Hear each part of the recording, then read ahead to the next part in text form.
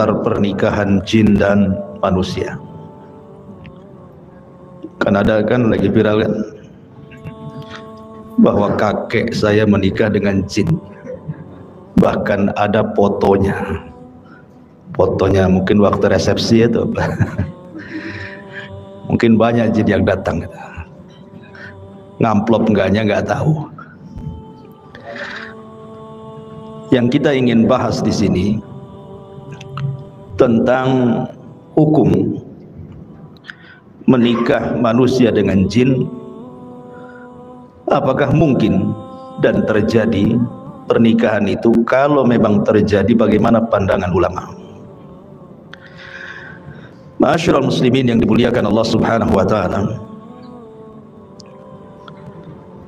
Bicara tentang mungkinkah manusia menikah dengan jin, kita akan bicara mungkin atau tidak dulu, baru kita bicara hukum. Maka ulama mengatakan memang terjadi khilaf di antara ulama, apakah mungkin manusia itu menikah dengan jin.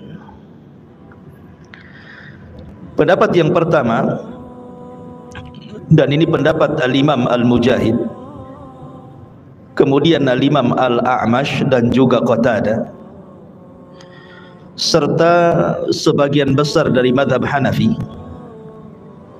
Bahkan ada yang menasabkan kepada perkataan Imam Malik, walaupun penasaban kepada Imam Malik ini ada yang mengkritik, bahwa imkanu wuku'i dzalik, memungkinkan ada manusia itu menikah dengan jin. Ini pendapat yang pertama.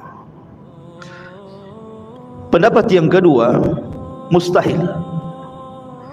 Tidak mungkin, bahkan mustahil manusia bisa menikah dengan jin.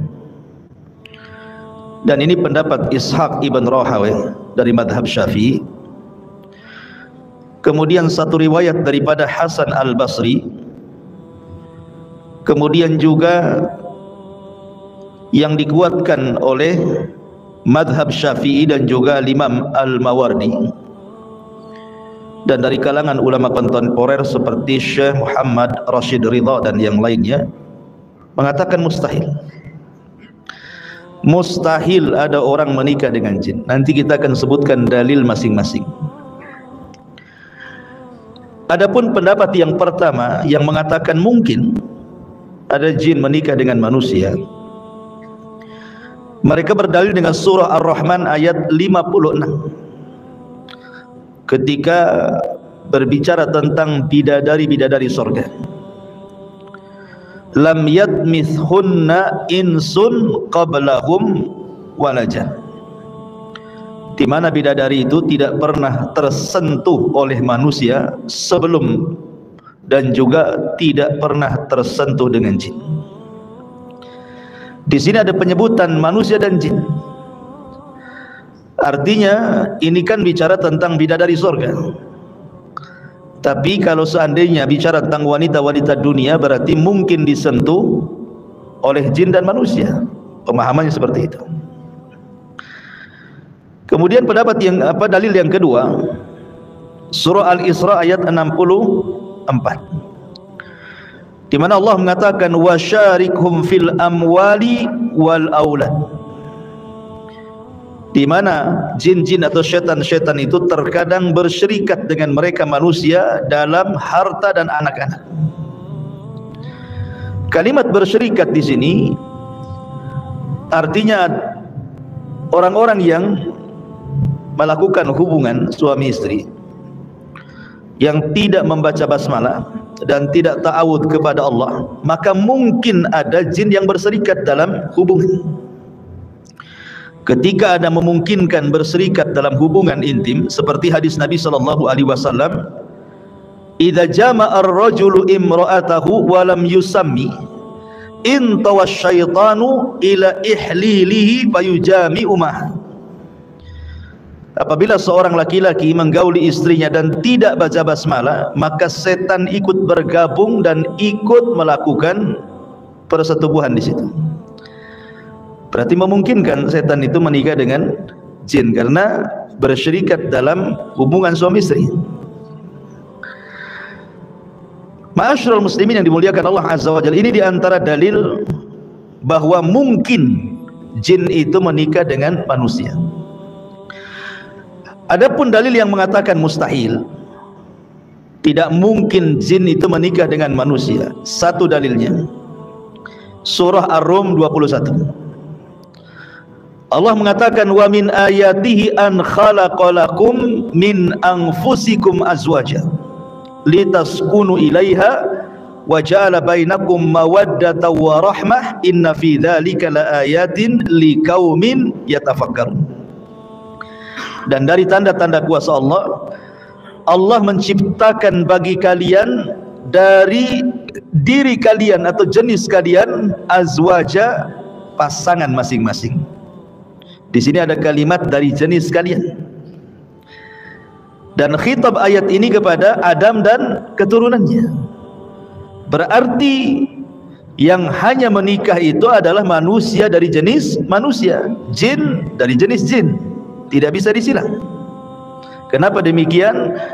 Karena disitulah akan engkau dapati ketenangan, kemudian muncul perasaan kasih dan sayang, dan itu tanda kebesaran Allah bagi orang-orang yang berfikir.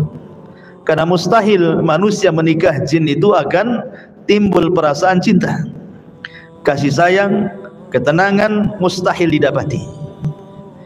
Berarti dari maksud pernikahan saja nggak akan mungkin tercapai antara pernikahan jin dan manusia itu. Kemudian pendapat yang kedua, dalil yang kedua, bahwa dari segi penciptaan, asal penciptaan saja sudah berbeda. Di mana jin diciptakan dari api, kemudian manusia diciptakan dari air. Api dengan air itu mustahil ketemu. Kalau sempat api ketemu air, padamlah api itu. Jadi nggak akan ketemu tuh api dengan air itu. Ya. Ma'asyiral muslimin yang dimuliakan Allah Subhanahu wa taala. Intinya bahwa mustahil, tidak mungkin terjadi. Ma'asyiral muslimin yang dimuliakan Allah Azza wa Jalla. Taib, dari sini kita ketahui bahwa mungkin ataukah tidak mungkin terjadi khilaf pendapat.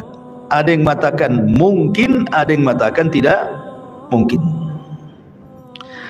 Sekarang seandainya kita mengambil pendapat yang mungkin, anggaplah kita mengambil pendapat yang mungkin, mungkinlah jin itu menikah dengan manusia. Sekarang kita bahas bagaimana hukum pernikahannya, macam mana resepsinya. Ya, karena makanan jin dengan makanan manusia itu beda. Cemana walimahnya? Jadi harus dipisahkan kamarnya, gitu ya. Piringnya, menunya itu catering sendiri itu. Mungkin catering dari jinnya. Para ulama mengatakan, kalaupun memang terjadi pernikahan, maka di sini pula ulama berbeda pendapat tentang hukum menikah dengan jin. Yang pertama, pendapat yang pertama, an-nahyu an dzalik, dilarang, tidak boleh manusia menikah dengan jin walaupun mungkin. Artinya haram hukumnya. Nanti akan sebutkan tentang pendapat ulama masalah haram menikah dengan jin. Yang kedua, tidak sampai haram tapi makruh. Yang ketiga, mubah, boleh saja. Baik. Adapun yang mengatakan haram hukumnya disebutkan oleh Al-Imam Al-Munawi dalam kitab Syarhul Jami' As-Saghir.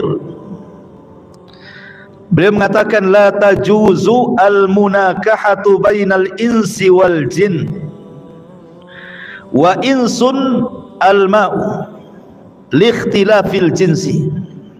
Tidak boleh menikah manusia dengan jin karena manusia itu tercipta dari api. Di sini ada perbedaan tentang jenis manusia dan jenis jin. Sehingga dari perbedaan jenis ini, kata ulama ini mengatakan haram. Tidak boleh menikah manusia dengan jin. Bahkan dikatakan oleh Syekhul Islam Ibn Taimiyah rahimahullahu taala, kata beliau, al-mu'tamad, pendapat yang dipegang, annahu la yahillu nikahu, tidak halal menikahi mereka bangsa jin. Artinya haram. Lawan halal itu haram kan gitu. Bahkan berkata Syekh bin Baz rahimahullahu taala ketika ditanya soal hukum menikah manusia dengan jin, maka dia mengatakan, hadza fihi khilaf. Memang ini ada khilaf di antara ulama, beliau tidak mengingkari. Tapi beliau mengatakan, la yumkin at-tahaqquq min islamihim wala dinihim. Sekarang kita tahu, okelah mungkin, karena ini khilaf di antara ulama, bagaimana Anda mengetahui bahwa pasangan Anda dari kalangan jin ini, kata Syekh bin Baz, agama mereka betul-betul Islam. Ya. Bagaimana cara mengetes agamanya, kan begitu. Maka beliau mengatakan, fala yambagi at-tazawwuj minhum bil kulliyah, maka tidak layak siapapun menikah dengan bangsa jin secara mutlak, karena jin itu para pendusta. Bisa saja dia bukan muslim, ngaku muslim untuk menyesatkan orang. Ini menurut Syekh bin Baz rahimahullahu taala. Kemudian ada juga yang mengatakan makruh, tetapi ada juga yang mengatakan boleh. Di antaranya pendapat Imam Ibnul Arabi Al-Maliki, nikahuhum jaizun aqlan, nikah mereka boleh secara akal. Dan juga dikuatkan oleh Al-Imam Ibnul Imad Asy-Syafi'iyah, Asy-Syafi'i, Ibnul Imad Asy-Syafi'i yang bermadhab Syafi'i mengatakan dibolehkan. Tapi pendapat yang kuat, ma'asyiral muslimin yang dimuliakan Allah Azza wa Jalla, tidak boleh, haram manusia menikah dengan jin. Ada beberapa hal kalau kita kupas sedikit tentang madarat menikah jin dan manusia ini. Pertama, nikah secara syar'i itu untuk ulfah. Ulfah itu maksudnya supaya terhubung perasaan cinta antara suami ke istri atau sebaliknya. Kemudian sukun, ketenangan. Kemudian al-isti'nas, ya, supaya terus-menerus menjadi teman hidupnya. Dan juga al-mawaddah, dan juga kecintaan. Sementara apabila manusia menikah dengan jin, tidak mungkin mendapatkan ini semua, mustahil. Gimana caranya? Karena bentuk jin itu sendiri menakutkan, ya kan, menakutkan kan. Sampai ada seorang syekh meruqyah. Jadi orang ini kemasukan jin paling cantik di kabilahnya. Seorang syekh meruqyah. Siapa kamu? Katanya. Saya jin. Laki-laki atau perempuan? Perempuan. Cantik tidak? Cantik. Bahkan tercantik di kabilahnya. Ketika dijelaskan bagaimana bentukmu, dia mengatakan, saya punya 10 kaki. Itu jin yang paling cantik. Kakinya 10. Berarti antum bisa bayangkan gurita. Itulah kayak gurita. Ya.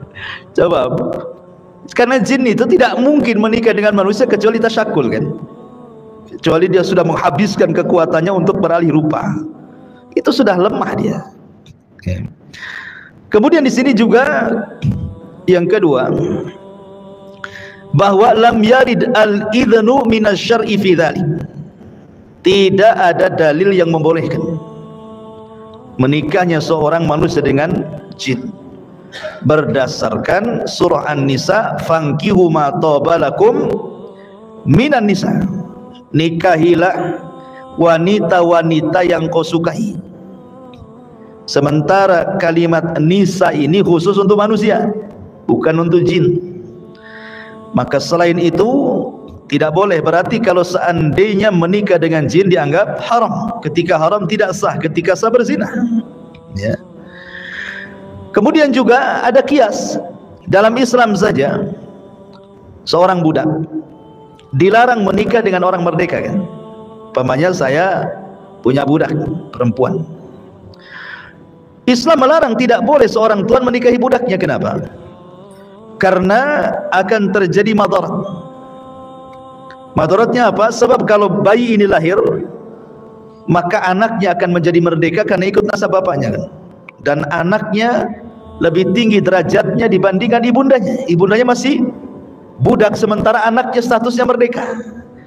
Inilah yang disabdakan Nabi SAW ketika ditanya oleh Jibril tentang tanda-tanda kiamat, antalidal amatu rabbataha, ketika ada seorang budak melahirkan tuannya.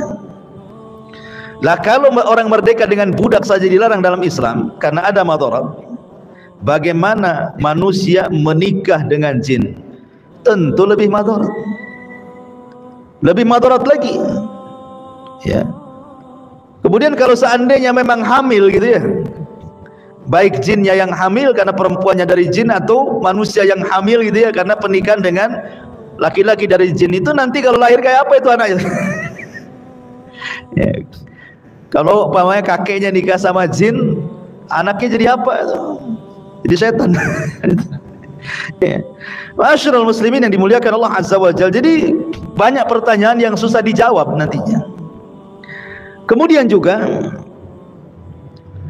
Al-Imam Al-Mawardi beliau mengatakan ini mustangkarun lil ukul, enggak bisa dicerna menikah dengan jin dan manusia, litabayunil jinsaini, karena berbeda jenis, wa ikhtilaf at-tab'aini, karena berbeda tabiat. Sudah jenisnya beda, tabiatnya pula berbeda. Kemudian juga bentuk badannya kita tidak tahu, kecuali kan dia tasyakul saja. Kalau dia memang beralih rupa bolehlah kan itu ya, nampak gitu. Tapi kalau dalam bentuk asli, cemana dia tahu bentuk aslinya seperti apa? Sehingga karena sudah berbeda jenis, berbeda tabiat gitu ya, yang satu bentuknya jasmani, yang satu bentuknya ruhani. Cemana akan ketemu jasmani dengan ruhani? Makanya kata beliau ini mustangkarun lil uqul, mustahil nih, nggak bisa dicerna, kata Imam Al-Mawardi rahimahullahu taala. Kemudian juga di antara madaratnya juga adalah disebutkan di sini, yatarattab alaihi mafasid katsirah, maka akan banyak kerusakan di dalamnya.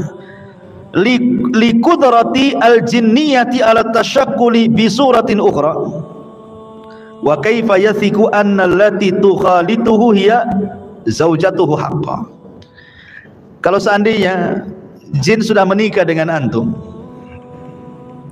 kemudian jin ini kan beralih rupa baru bisa digauli kan gitu, apakah kita tahu bahwa jin yang beralih rupa adalah pasangan kita? Bisa saja dia ganti-ganti pasangan kan itu ya. Saya mau ke sana dulu, gantikan saya gitu. Bisa saja kan itu ya.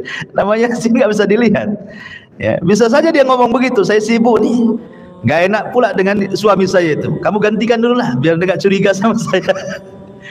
Jadi kalau mereka selingkuh itu enak gitu ya, karena tidak bisa dilihat, jadi nggak bisa gitu ya. Kemudian juga hadis-hadis tentang biwuqu'i zawaji minal insi lil jin, terjadinya pernikahan manusia dengan jin, itu semuanya dhaif, tidak tertetapkan di dalam sunnah Nabi SAW. Seperti contoh saja hadisnya, hadis Aisyah radhiyallahu anha. Jadi Aisyah radhiyallahu anha dia mengatakan, ketika Nabi SAW dia bertanya, ya Rasul, apakah dalam diriku ada jinnya? Maka Nabi SAW mengatakan, ya, karena di sana ada orang-orang yang disebut mugharribun. Siapa mugharribun itu? Alladzi yastariku fihimul jin, orang-orang yang selalu bersyirikat dengan jin. Hadis ini dilemahkan oleh para ulama.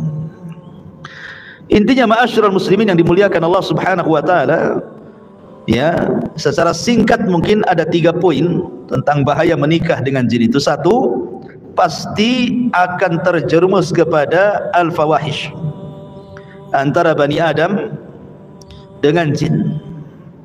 Pasti akan terjadi al-fawahish, artinya perzinahan, kerusakan, macam-macam ya, tidak mungkin tidak, itu pasti terjadi. Kemudian yang kedua, ma yatarattab ala tanakuhi bainahuma min adz-dzurriyyati wal hayati zaujiyah. Dalam menikah itu kan salah satu tujuannya adalah memiliki keturunan, memperbanyak anak, karena Rasul akan berbangga dengan banyak umatnya pada hari kiamat. Apakah mungkin manusia ketika menggauli jin atau sebaliknya akan bisa punya keturunan, sementara jenisnya sudah berbeda. Ya, rahim mereka berbeda dengan rahim manusia kan itu. Jadi ini pun jadi masalah. Ya. Berarti tidak punya keturunan dengan mereka.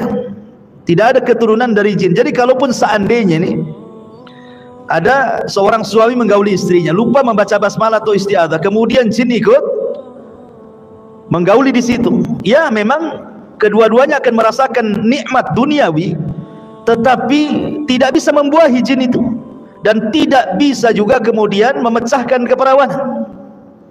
Karena yang satu ruh, yang satu jism, macam mana caranya kan itu?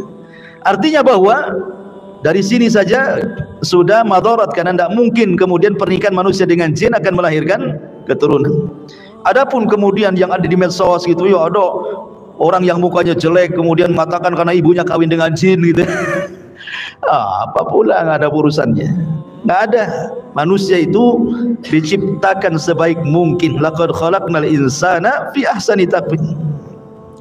Kemudian juga yang ketiga, bahwa bermuamalah dengan bangsa jin ini pasti akan memadaratkan banyak perkara. Karena jin itu memang kalau dia muslim, dia tidak mungkin bermuamalah dengan manusia yang muslim. Kehidupan mereka sendiri.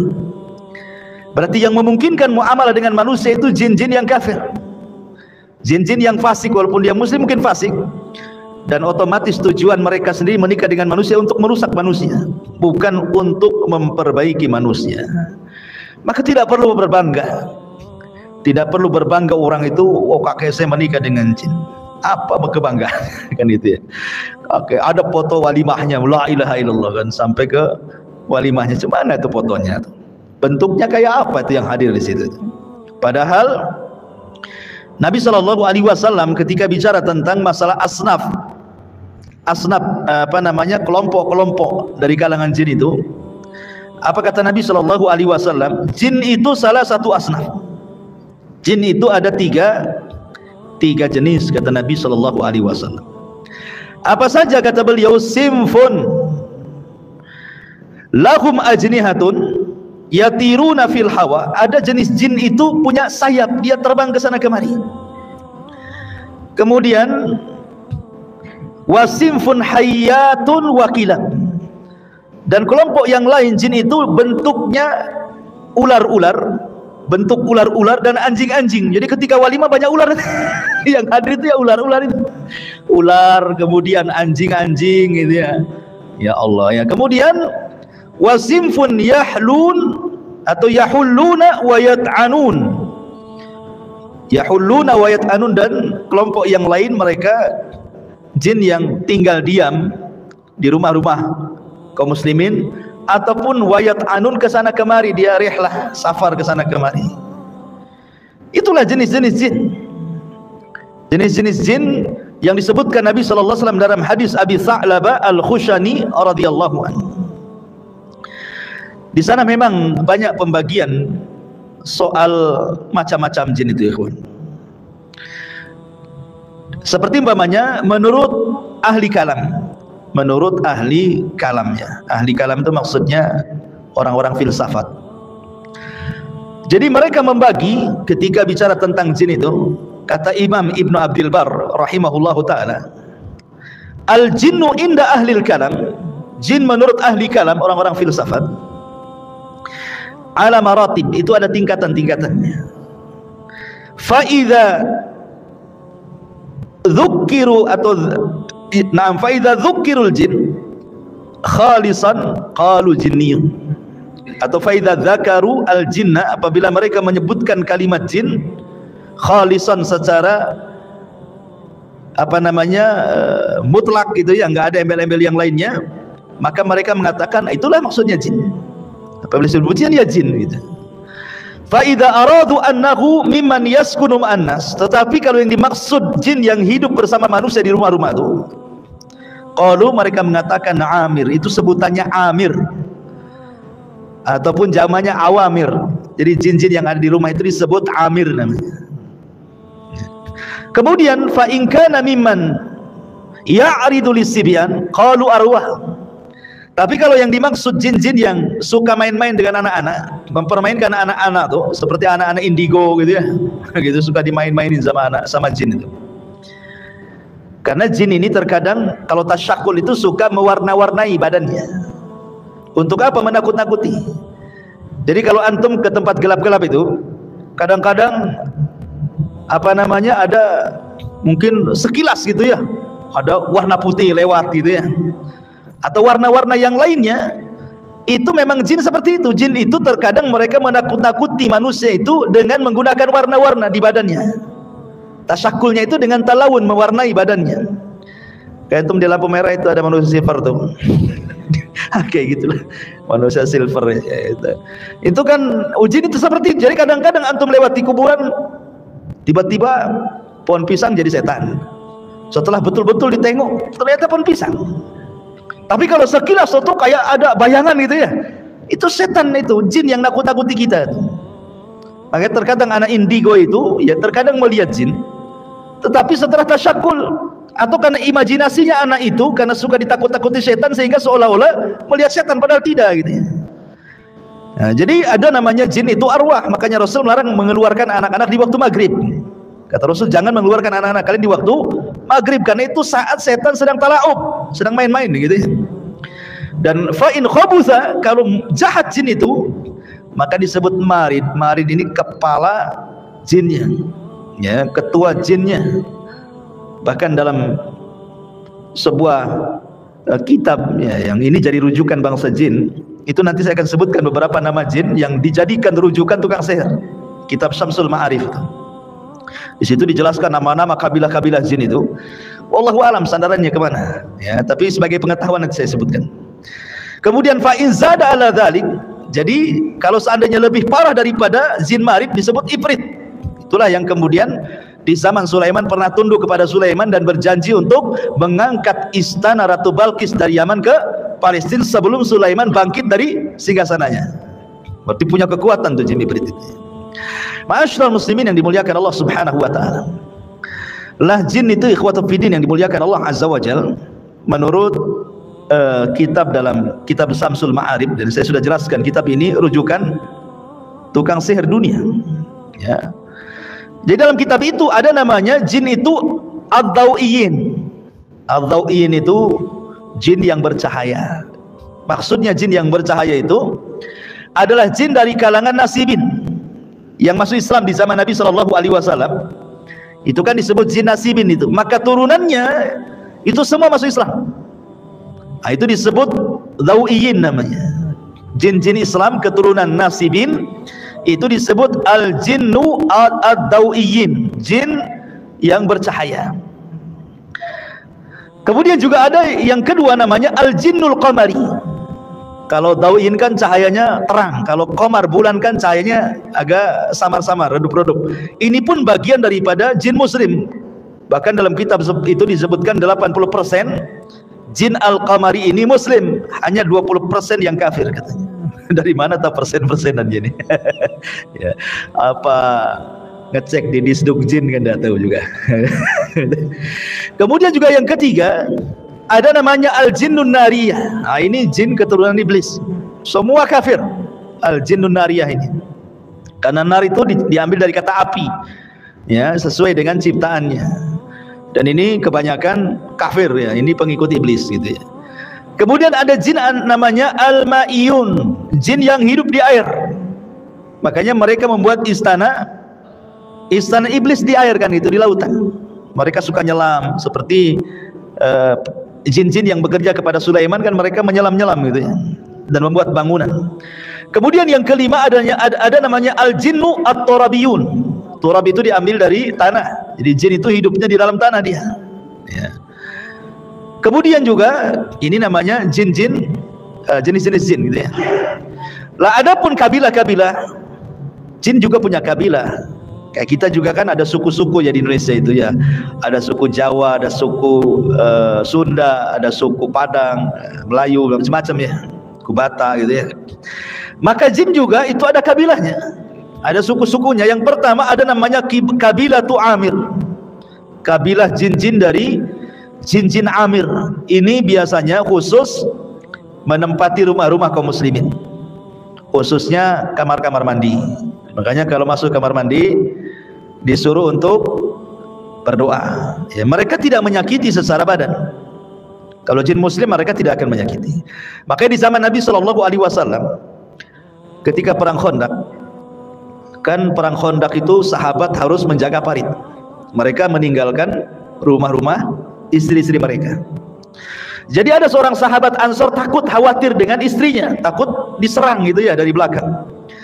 Maka dia minta izin kepada Nabi SAW, Rasul, saya ingin melihat istri saya. Kata Nabi, ya bawa pedangmu. Aku takut nanti engkau akan dihadang oleh Bani Quraidah. Pulang dia. Ketika pulang, istrinya dalam pakaian rumah langsung keluar. Marah, langsung mencabut pedangnya. Ya, karena aib seorang wanita keluar dalam pakaian yang seperti itu di zaman Nabi kan itu ya. Rupanya kata istrinya, jangan istiajal, jangan terburu-buru. Kau lihat di rumah seperti itu. Akhirnya sahabat ini masuk ke dalam rumah, rupanya di kasur ada ular besar. Ya. Akhirnya kemudian diseranglah ular itu dengan pedang, sehingga ular itu menyerang balik. Akhirnya sama-sama kena. Ular itu menggigit sahabat ini dan pedangnya berhasil memutus ular, mati dua-duanya. Kemudian sampailah berita ini kepada Nabi SAW. Kata Nabi SAW, sesungguhnya di Madinah ini ada jin-jin muslim yang berada di rumah-rumah kalian. Jadi kalau kalian mendapati ular di rumah kalian, kata Nabi SAW, hendaklah diusir pelan-pelan. Ya, diusir pelan-pelan. Katakan kepada ular itu, kalau engkau seorang muslim, jangan ganggu kami, keluar. Sebutkan 3 kali. Kalau memang tidak mau keluar, berarti memang dia ular. Maka bunuhlah ular itu setelah membaca ta'awudz. Jadi diusir pelan-pelan dulu, jangan dibunuh. Bisa jadi itu jin muslim gitu maksudnya, kata Rasul. Ya, jadi ada jin-jin itu hidup di rumah-rumah gitu ya. Ini dalam kitab tersebut ada namanya kabilah Amir gitu ya. Ada kabilah Qarin. Kabilah Qarin itu yaitu yang suka sama orang, itu tidak lepas dari orang, itu disebut jin Qarin namanya. Yang suka ngasih was-was ke badan kita ini, suruh berbuat jahat, jahatlah kau gitu ya. Maling kau, korupsi kau gitu ya. Dia bisik-bisikan aja tuh. Ya, bunuh saja tuh, tembak saja kan itu. Woi tembak kan. Gitu kan. Jadi dia bisik-bisikin tuh. Ya. Jadi kalau sudah bisik-bisik itu namanya jin Qarin tuh. Kadang-kadang dukun ini sok ngawur. Ya memang mereka ngawur. Bukan hanya ngawur, mereka para pendusta gitu. Maksudnya gini, sebagian dukun itu menganggap bahwa bisa mengislamkan Qarin mereka. Bisa memerintahkan Qarin mereka. Mana bisa? Jin Qarin yang Islam itu hanya jin Qarin Nabi. Nabi berhasil mengislamkan, itu pun menjadi khilaf para ulama. Ya, ketika Nabi mengatakan setiap manusia itu Qarin, punya Qarin, jin kafir yang melekat sejak lahir sampai dia meninggal. Kata sahabat, apa kau punya Qarin wahai Rasul? Ya, aku juga punya Qarin, tetapi aku sudah membuat dia Islam. Fa aslama. Kalimat fa aslama di sini menjadi khilaf. Apakah aslama di sini maksudnya jin Qarin Rasul itu masuk Islam, ataukah yang maknanya aslama itu menyerah, artinya tidak menyakiti Nabi? Jadi ada ulama tafsirkan dua. Jin Qarin Rasul tidak masuk Islam, tetapi dia menyerah kepada Nabi sehingga tidak menggoda Nabi. Ada yang mengatakan fa aslama di situ memang betul-betul masuk Islam. Jadi semua jin Qarin kafir kecuali jin Qarin Nabi. Kok bisa ada seorang dukun mengatakan mengislamkan jin Qarin? Sejak kapan jin Qarin masuk Islam? Syahadatnya di mana? Kuah mana untuk ngambil legalitasnya keislaman dia? Ya. Ini kadang-kadang pendusta para dukun itu. Ya mereka pendusta, dajjal ya. Ma'asyiral muslimin yang dimuliakan Allah Azza wa Jalla. Jadi ada kabilah jin Qarin ya. Ya Qarin semua itu satu kabilah. Ada namanya kabilah Al-Marid wal Maradah. Yang jinnya gede-gede gitu, yang tinggi-tinggi, gede-gede badannya, yang mereka suka jahat kepada manusia. Makanya di bulan Ramadan, ketika Nabi SAW mengatakan wasufidatis syayatin, dan setan-setan diikat, maksudnya tidak semua setan. Yang diikat itu ya setan dari kabilah Marid atau Maradah, jin-jin yang besar-besar, yang jahat-jahat itu ya, yang suka menggoda manusia sampai tingkat kepada kekufuran dan kesyirikan. Itu yang kemudian diikat, tidak bisa bergerak. Adapun kerocok-kerocoknya ya lepas kan itu. Makanya di bulan Ramadan masih banyak kan orang yang tidak puasa. Masih banyak orang yang maksiat. Boleh jadi itu yang lepas tuh. Ya, yang lepas-lepas itu yang tidak puasa, ya. Yang maksiat itu ya. Jadi ada namanya kabilah al-marid dan juga marad. Ada kabilah ifrit. Ya, kabilah ifrit dan macam-macamnya gitu ya. Jadi ada kabilah-kabilahnya jin itu. Kemudian juga jin itu punya nama-nama juga. Ada nama-nama, dan biasanya nama-nama ini selalu dijadikan mantra-mantra dukun-dukun itu. Mereka memanggil-manggil nama-nama jin untuk membantu mereka. Ya, dan bahaya dukun itu, mereka tidak pernah memanggil nama Allah. Mereka memanggil nama jin, ya mambang air, mambang tanah, mambang gitu. Cuman di sini ada nama-namanya. Seperti contohnya ada jin namanya Walhan. Jin Walhan ini biasanya dijelaskan yuwaswisulil muslim asna as-salati, memberikan was-was kepada seorang muslim di tengah-tengah salat. Dia masuk ke perut, kemudian buat bunyi-bunyi kerbak-kerbuk gitu kan, kemudian disangka kentut padahal tidak, akhirnya membatalkan salat. Kata Rasul, jangan kamu berpaling dari salatmu kalau hanya mendengar suara perut, kecuali kalau sudah keluar dan terdengar ledakannya. Ya, kentutnya sudah kedengar gitu ya, dor gitu ya, atau baunya nampak ke hidung, berarti jelas kentutnya. Tapi kalau suara perut jangan, itu waswas setan dari setan atau jin namanya Walhan. Atau ketika tidak berhasil lewat perut, masuk ke pikiran, kemudian mengingatkan benda-benda atau janji-janji yang di luar sholat tidak ingat. Oh iya, hari ini kan ada janji, padahal lagi sholat. Ya. Ketika luar sholat tidak ingat janji itu. Ketika di luar sholat tidak tahu benda di mana. Ketika sholat kau tahu, oh iya, letakkan di dapur, bego kali aku katanya. Kan itu ya. Ya. Jadi itu namanya Walhan. Kemudian ada namanya selain Walhan namanya Zalnabun. Zalnabur. Ini biasanya jin yang suka dorong-dorong manusia untuk dusta. Ya, supaya berdusta. Masuk ke pasar-pasar gitu ya, masuk ke pedagang sayur, ke pedagang daging, ke pedagang macam-macam, suruh sumpah dalam rangka mendustakan, atau suruh ganjil aja timbangan itu, ya kurangi aja meteran itu gitu ya, kurangi aja takaran itu. Pokoknya dibuat dusta-dusta. Itu namanya jin Zalnabur. Itu ya, itu biasanya suruh sumpah-sumpah dan suruh dusta. Itu banyak di pasar itu yang satu ini. Kemudian juga ada namanya A'war, ya. A'war ini biasanya yuthiru syahwat wa yuzayyanu fi'lu zina. Dia biasanya membangkitkan syahwat, kemudian menghiasi perbuatan zina. Ya, jadi dorong-dorong untuk supaya berbuat zina, mungkin zina pandangan, disuruh nengok handphone lama-lama gitu, entah apa yang ditonton gitu ya. Kemudian berkhalwat di situ lama-lama di kamar mandi, ngapain pula lama-lama di kamar mandi gitu ya. Jadi ini zin namanya, disebut A'war gitu ya. Kemudian juga ada namanya Dasim. Ada namanya Dasim di sini. Itu nama jin tuh. Pak Dasim ya. Dasim ini juga yuthirul fitnata bainal azwaj. Itu yang suka dorong-dorong suami istri suruh tengkar. Ya, biasanya masuk ke was-was ke istri-istri antum biasanya. Ini Pak Dasim ini masuk ke istri-istri antum, disuruh cerewet gitu ya sama antum supaya antum kesel gitu ya. Disuruh ngewas-wasin, minta tambah belanjanya gitu ya. Disuruh nengok istri tetangga banyak emasnya gitu. Gitu. Oh ya, si Dasim ini itu tugasnya tuh ya. Dia suka ngasih was-was gitu ya. Kemudian juga ada namanya Laqis. Laqis ini min banati iblis. Dia termasuk anak-anak perempuan iblis yang mengganggu wanita-wanita untuk supaya melakukan kemungkaran. Ya, terkadang masuk ke wanita-wanita akhirnya tidak mau nikah. Ya, itu masuk pada jin al-asyik namanya. Jadi orang yang sudah 40 tahun, biasanya perempuan sudah mapan, sudah punya pekerjaan, itu tidak mau nikah. Ngapain susah gitu ya kan, kalau saya nikah harta saya habis dimakan suami saya. Gitu ya kan. Jadi ada orang-orang yang nggak mau nikah tuh ya, yang laki-laki juga sama ya, nanti kemasukan jin ini. Kemudian ada namanya jin ini ad-dahar yu'dhil bashar fi ahlamihim. wa yurawwi'uhum, ya, wa yurawwi'uhum. Jadi yu'dil bashar fi ahlamihim wa yurawwi'uhum. Jadi ad-dahr ini dia nama jin yang suka masuk ke mimpi-mimpi orang, ya, kemudian menakut-nakuti dalam mimpinya tuh.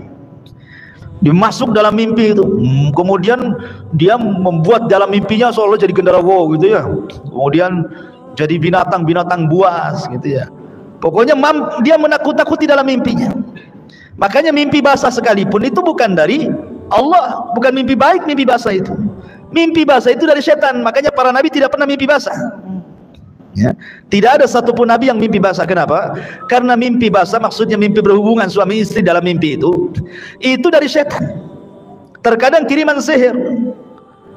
Pamannya antum dalam mimpi gitu kan menggauli tetangga antum, diceritakan pula sama istri. Kacau antum ini. Jangan diceritakan sama istri. Dek, semalam saya menggauli tetangga sebelah. Ya, masalah itu ya. Jangan diceritakan. Itu mimpi buruk, jangan diceritakan. Ya, itu namanya dahar itu ya. Kalau dahar orang Sunda ya makan. Maksudnya dahar di sini nama jin. Ada namanya jin itu tamrih. Ya, itu yunshirul kasal wa adamul qudrati alal qiyam bil wajibat. Nah, si tamrih ini dia masuk ke manusia membuat malas ibadah, kemudian tidak mau melakukan hal-hal yang wajib. Dia malas sholat gitu ya, pokoknya malas berbuat baik sama orang tua, pokoknya yang wajib-wajib itu malas dia melakukannya. Termasuk juga ada namanya jin namanya sabrun ya, atau sabar ya, pakai sa. Yusaidu ala latmil wajhi, itu dorong-dorong orang untuk mukul. Kalau mukul itu pukul wajah. Makanya dalam Islam tidak boleh mukul wajah. Kata Rasulullah, tadribil wajha, jangan pukul wajah. Dalam kondisi apapun suami marah sama istri, jangan pukul wajah, pukul yang lainnya saja ya, jangan wajahnya ya. Kemudian juga ada namanya miklas. Miklas ini yukiul adawata wal baghdha bainan nas. Dia suka nyulut kompor dia, supaya orang musuhan, supaya orang kemudian bertengkar gitu ya, dan lain sebagainya. Lah ini penamaan-penamaan seperti ini secara nas Al-Quran atau hadis Nabi SAW memang tidak ada, tapi tercantum dalam kitab yang jadikan rujukan para dukun seperti Samsul Ma'arif, kemudian kitab-kitab yang semakna yang sudah saya jelaskan ke antum. Lah nama-nama inilah yang kemudian dipanggil-panggil mereka itu ya, nama-nama jin inilah untuk kemudian memanggil mereka dan menolong keinginannya. Maka tidak boleh seseorang itu memanggil-manggil kecuali nama Allah Subhanahu wa ta'ala. Ma'asyiral muslimin yang dimuliakan Allah Subhanahu wa ta'ala. Baik. Kemudian juga yang kalau kita mengacu kepada nas-nas ya Al-Quran atau hadis Nabi SAW yang sudah jelas-jelas ya, nama-nama jin itu adalah pertama jin Al-Qarin, itu sudah jelas berdasarkan nas, memang ada namanya jin Al-Qarin ya, memang yang tidak lepas daripada manusia. Jin itu memberikan was-was untuk melakukan kejahatan. Ada namanya jin itu Al-Khubthu wal Khaba'ith ya, makanya kalau kita masuk kamar mandi kita disuruh berlindung dari Al-Khubthu wal Khaba'ith kan. Al-Khubthu itu artinya jin laki-laki, Al-Khaba'ith jin perempuan. Jadi kalau yang masuk laki-laki digoda, Al-Khaba'ith perempuan. Kalau yang masuk perempuan digoda, Al-Khubthu jin laki-laki. Kalau yang masuk bencong, digoda dua-duanya. Baik. Jadi ini sudah jelas ada Al-Khubthu Al-Khaba'ith. Atau umpamanya jin yang disebutkan yang jelas-jelas gitu ya berdasarkan nas Al-Quranul Karim ataupun hadis-hadis Nabi SAW. Seperti contohnya apa ya, jin hammam tadi sudah jelas ya, kamar mandi. Atau jin al-asyik ya, jin al-asyik ini jin yang suka membuat anak muda tidak mau kawin, perempuan tidak mau kawin gitu ya, kemudian dihayalkan untuk maksiat ya. Anak-anak muda memilih maksiat dibandingkan menikah ya, dibandingkan menikah itu karena kemasukan jin al-asyik namanya. Nah, itu juga dibahas oleh para ulama dan lain sebagainya. Artinya ketika kita menetapkan tentang nama-nama dan syaitan dan jin, sebaiknya karena mereka adalah alam gaib, kita tidak pernah bersentuhan dengan mereka Ya, karena buat apa? Kehidupan mereka sudah berbeda dengan kehidupan kita. Lalu untuk apa kita bersentuhan dengan mereka kan? Karena biasanya yang bersentuhan dengan kalangan jin itu adalah mereka para dukun, karena para dukun itu mengaku hal gaib, dan orang yang mengaku mengetahui ilmu gaib itu ada dua macam. Pertama, menggunakan jasa setan, istihdamu syayatin, dan mereka adalah musuh para nabi, ataupun sok tahu ilmu gaib, tidak menggunakan setan, dan mereka para dajjal, para penipu. Ya, itu saja kan gitu ya. Karena tapi masalahnya dukun-dukun sekarang tidak mau dibilang dukun, sepersis kayak riba gitu ya. Jangan dibilang riba, bunga bang gitu. Jangan dibilang khamar, jus jeruk gitu ya. Tapi dimakan teler dia kan. Jangan dibilang dukun, bilang aja orang pintar gitu ya. Jadi kadang-kadang disamar-samarkan dia, emang begitu. Kebatilan itu harus disamarkan supaya manusia terperangkap dalam kebatilan. Ma'asyiral muslimin yang dimuliakan Allah Azza wa Jalla, wallahu alam. Mungkin saya tidak lama-lama ya, jam 9 karena juga cuaca dingin di luar. Insyaallah ini saja.